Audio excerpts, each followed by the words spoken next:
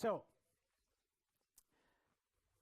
now to something completely different, as some guys used in the old days. Or maybe not so different.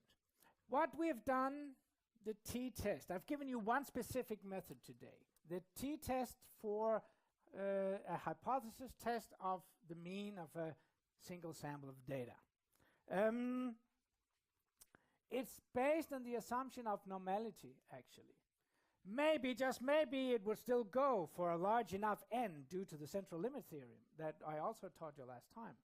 But let's nevertheless think about whether we, given some data, maybe could at least go and check whether these data comes from a normal or appears.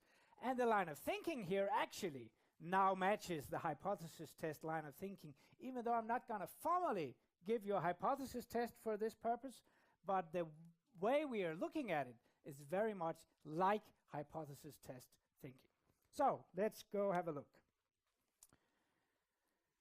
This is our little data set with the heights, 10 data points. Here is one version, a default version of a histogram, not in a way very illustrative, you could say. What I've done also, and that's the purpose, we are going to try to answer. We could also call it model control, would be the word. I have a model, statistical model. That's words for the assumptions we make. For instance, that data follows its normal distribution. That's a statistical model, if we want to use that terminology. Mathematically, it's a very simple model in the way that there's just a mean in there, so it's not like a nonlinear function model or anything. For now, it's just, in a way, a simple mean, but there's a statistical model in the probability distribution that we assume for the phenomenon that we are looking at, which is also related to your project work, of course, all these things. So what we could do in histograms is to add in the best possible normal distribution that should match those data, right? So you take the mean from the actual data, you take the standard deviation from the data, and you plot the standard normal PDF. Sorry, not the standard normal. The normal PDF with those means and standard deviations. And then you compare visually. That would be a visual investigation of whether or not my data looks like a standard normal. With 10 observations, that is not very easy to make any conclusions based on that. Doesn't look particularly nice, but hey, how could it look with 10? That's the question we should ask ourselves. How would you actually investigate this? How could it look with 10? Whoa, he can also ask questions that I'm supposed to raise hands on. I'm asking you, I should be worried about what could happen with 10 observations. How close should 10 observations even be to the standard normal when I make a histogram of such a small data set? What could I do to find out about that? Any ideas?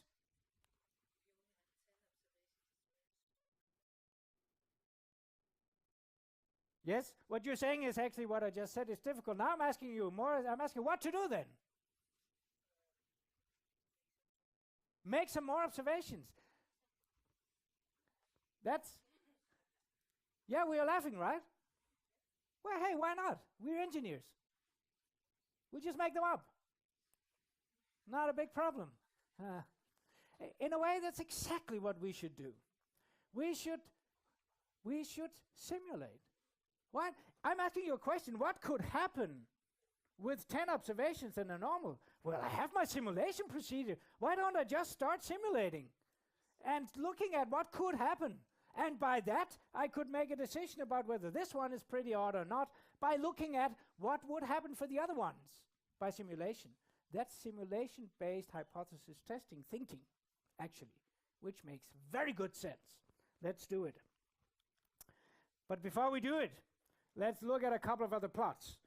This looks now, here's just to say that at other times with higher number of observations, histograms are more friendly visually as a visual tool. Now I'm struggling with the language now. Here I sampled 100 normals just to have a look at how 100 normals would look. And then I did a histogram and plugged in the best possible normal.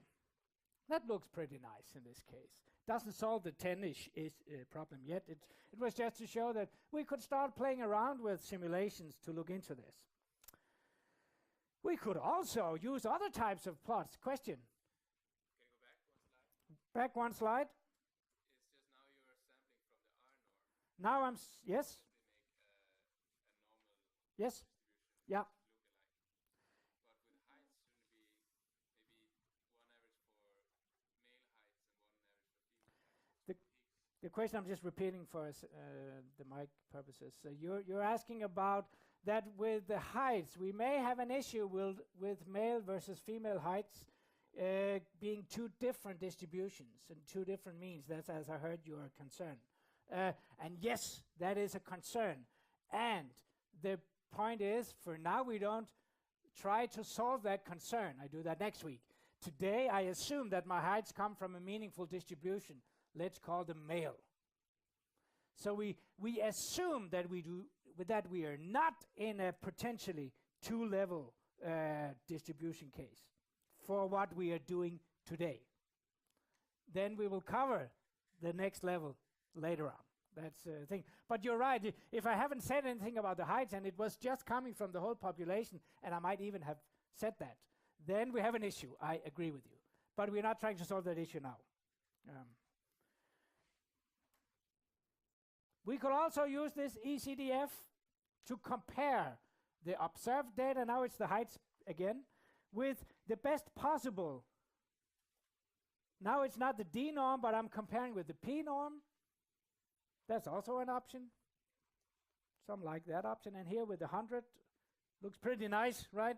The observed data is pretty close to the theoretical normal distribution here. So by all means, I would say, whoa, these data, they are normal. Well, in this case, it's not a surprise because they were normal. So not a big surprise here. I'm going to give you an explicit tool now that you will learn very explicitly and you need to know about. I'm going to teach you the normal QQ plot method. The QQ plot is easily done. In R, the plot without the line is coming from QQ norm. Just plug in the data in QQ norm and it produces this plot. If I plot the line that corresponds to the best possible normal in a way, you could add this by adding QQ line next. What is this plot? Actually, it's a generic title out here. It's not actually wrong in the bigger perspective, but it's actually just the raw data. It's out on the y-axis. You can see it. It's the number is 160 to like that. So in the basic setting, it's just the raw data on the y-axis. Then what is on the x-axis? On the x-axis, we have the expected quantiles from the best possible normal distribution. So it's just like the previous plots, is the way it's comparing observed data with the best possible normal. It's in a way making this comparison between this, either this one or this one, making it into a scatter plot of that should match a line, because I extract from these, I compare these plots with each other by extracting. It can be done in two ways, actually. You can extract probabilities, then it's PP plots, or you can extract quantiles, and it becomes QQ plots. So it's observed data versus expected quantiles, theoretical quantiles. Let me give you the definition, and then let's go back to this nice plot that I just jumped over here. Formal definition. What should I plot the data against? I should somehow plot the data against the expected quantiles from the normal distribution. Well, what are the expected quantiles if I have 10 data points? Let's see, 1, 2, 3, 4, 5, 6, 7, 8, 9, 10. not the best. If I have 10 data points, I've split the whole axis into 11 sections, right? 10 data points splits everything into 11. I could, what would the ideal distribution be? I could look at the quantiles like this, 1/11th, and then I could find all the quantiles, the standard normal quantiles going with this.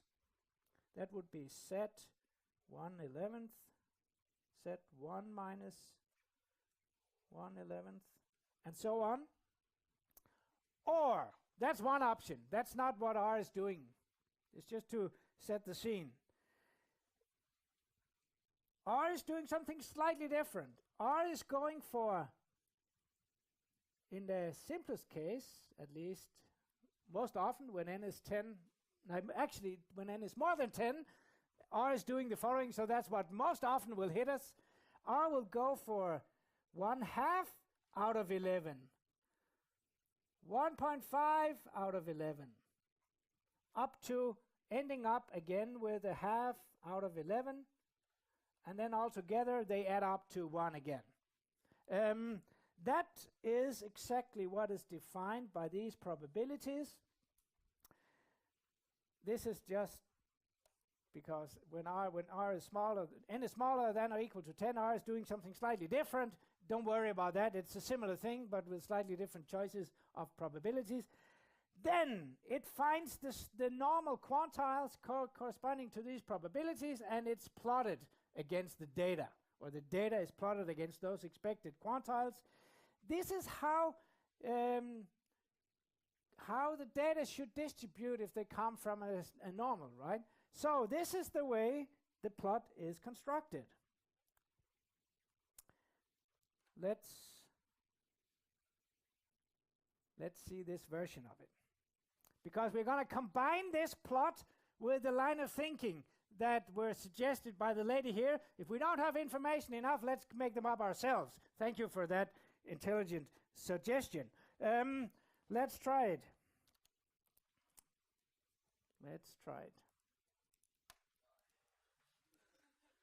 What's that?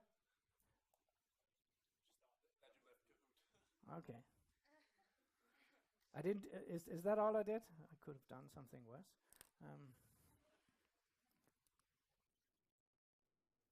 You thought you were cahooting. Okay. Here we are.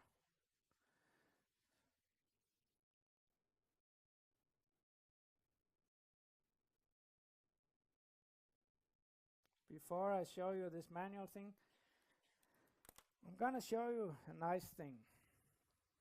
And we need some space in the plot window, so I'm going to... There are some code here. Please forget about the code and just copy-paste it. What this code does is that in the X, let me just check that I don't have the X yet, so I should make sure I have the X. Here I have the heights X like this. Now I have the X in my vector here, the data. Then there are some, it's the Wally plot. It's a find Wally game. The way you do it, you just copy this, because you don't really learn anything from understanding the details here. It's a package that was made for more general settings than the one we've met so far.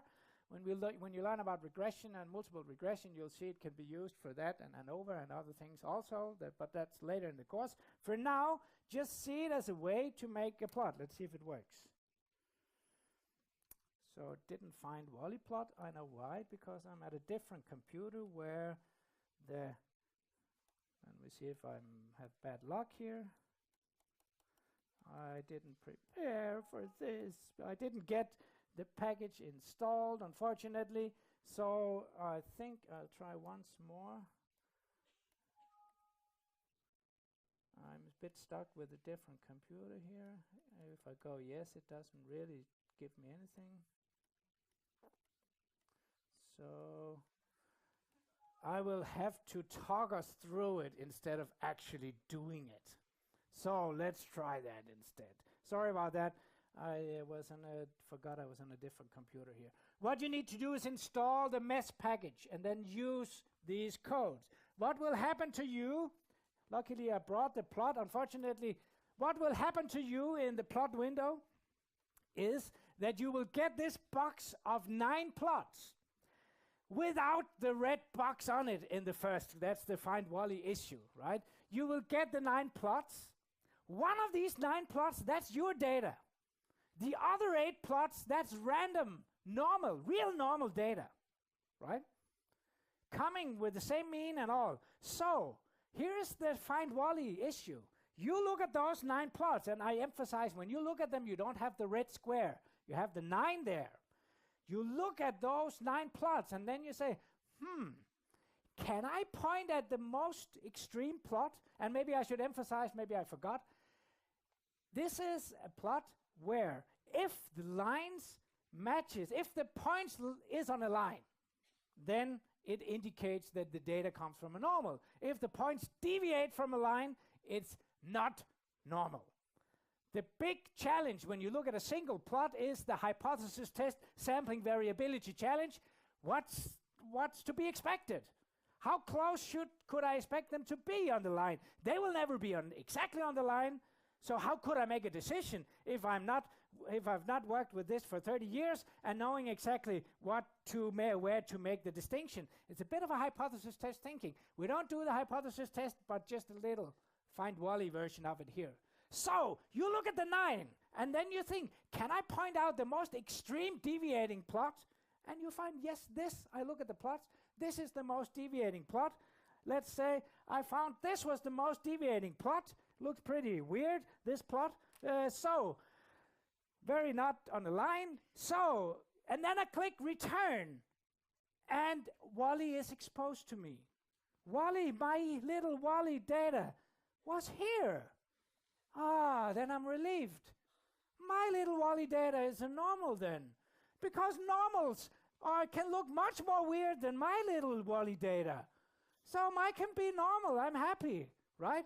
If I find my own Wally and it pops up, that was Wally, then bugger, I have a problem. Then probably it's not normal because all the normals, they look much nicer than mine. This is a find Wally version of a hypothesis test without probabilities and anything, right? If you see this, this could of course be formalized into hypothesis testing if you want. But we don't do that for now because it's not the most important in the world to hypothesis test for normality. There are other things that are more important. So we don't do it, but we do it like this. I'm sorry I couldn't show it, but then I could do the story thing instead. Yes, let me just check. We have one more little thing as part of, now I have to see, I think I will make a